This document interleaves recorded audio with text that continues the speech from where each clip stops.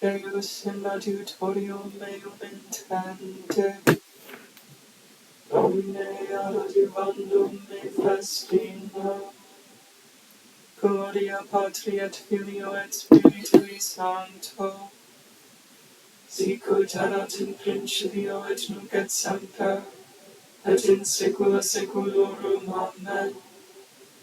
Alleluia. What then shall I plead so wretched? My reflection today is regarding how I have found myself at this phase of my life to be micromanaging my existence. And as I reflected where I am right now, it occurred to me that I was born with an imbalance of impatience. Probably my spiritual existence before this incarnation was one where I took for granted the perfections of the Creator. I do believe we exist prior to birth, of course, and I believe that we live in the Creator's paradise.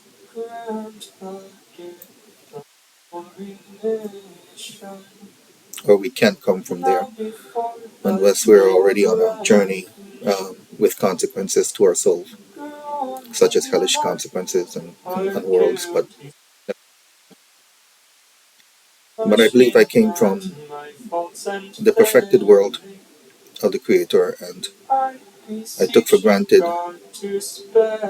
enhanced knowledge, enhanced health, I took for granted the perfection of the Creator. Just like an infant. When an infant is born, it suckers. Its whole existence is to consume, to receive. And so my soul must have been in a state of consuming and receiving of the goodness of the Creator. And at a certain point, an infant grows up and its muscles twitches. And it has the desire to grow, to exert itself. No longer to consume, but to start to exert. And so perhaps I incarnated for that purpose, so that I can begin to put out now. Having received all the goodness of the Creator, I can now incarnate in a temporal, physical dimension which we call Earth, in a human form of limitation, limited power, weakness, susceptible to breakdown of our very bodies and our very existence, in disease, as I'm facing right now. So that in that struggle, in that exertion, I can begin to exercise my spiritual muscles and grow. So, it seems to make sense to me, from a spiritual contemplative point of view, that the disease of cancer that I'm facing, as I mentioned in a previous video, the seemingly experiencing of creation backwards, the undoing of the intricate created body, the encountering of all these different side effects, as the disease puts a monkey wrench in the created health of the body, you might say. As I experience that, and as I experience imperfection, it's an affront to my patience. The depths were moved with terror. I know that as a child, my family will testify that Roger is quite impatient. If someone didn't make sense in some way or seemed irrational, then I would blow up. Not violently, but I would get frustrated. My grandmother had a nickname for me. She used to call me Fed Up because my grandpa used to be blind, and when I was a child, he called me to fetch his cigarettes constantly, and so the cigarettes would be upstairs, and then the next day would be downstairs, and so one time he called me to fetch his cigarettes, and I'm like, upstairs, downstairs, upstairs, downstairs. I'm fed up. And apparently that captured my grandmother's memory, and she nicknamed me Fed Up. Impatience are childish things, but it speaks to a deeper impatience in me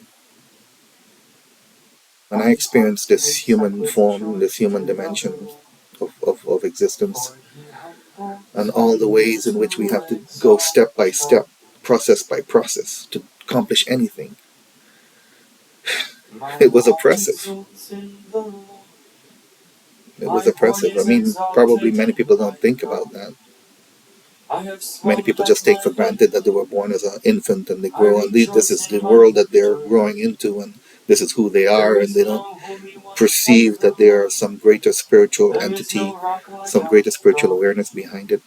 Perhaps I perceive that because maybe I'm more sensitive to my spiritual aspect. But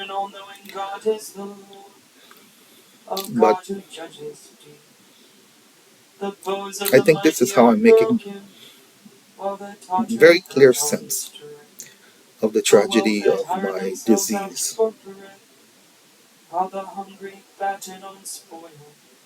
Number one, I am confirming my absolute sense of my eternal existence, my eternal nature, the reality of that.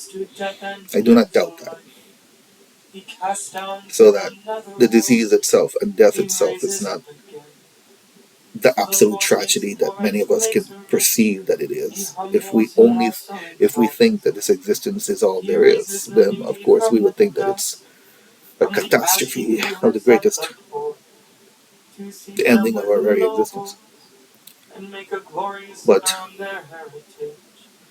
what it amounts to for me is a trial of patience to micromanage my health, to micromanage my very existence as a human being.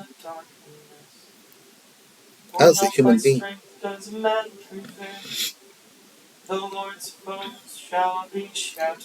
The human being is a creature of time and space, processes.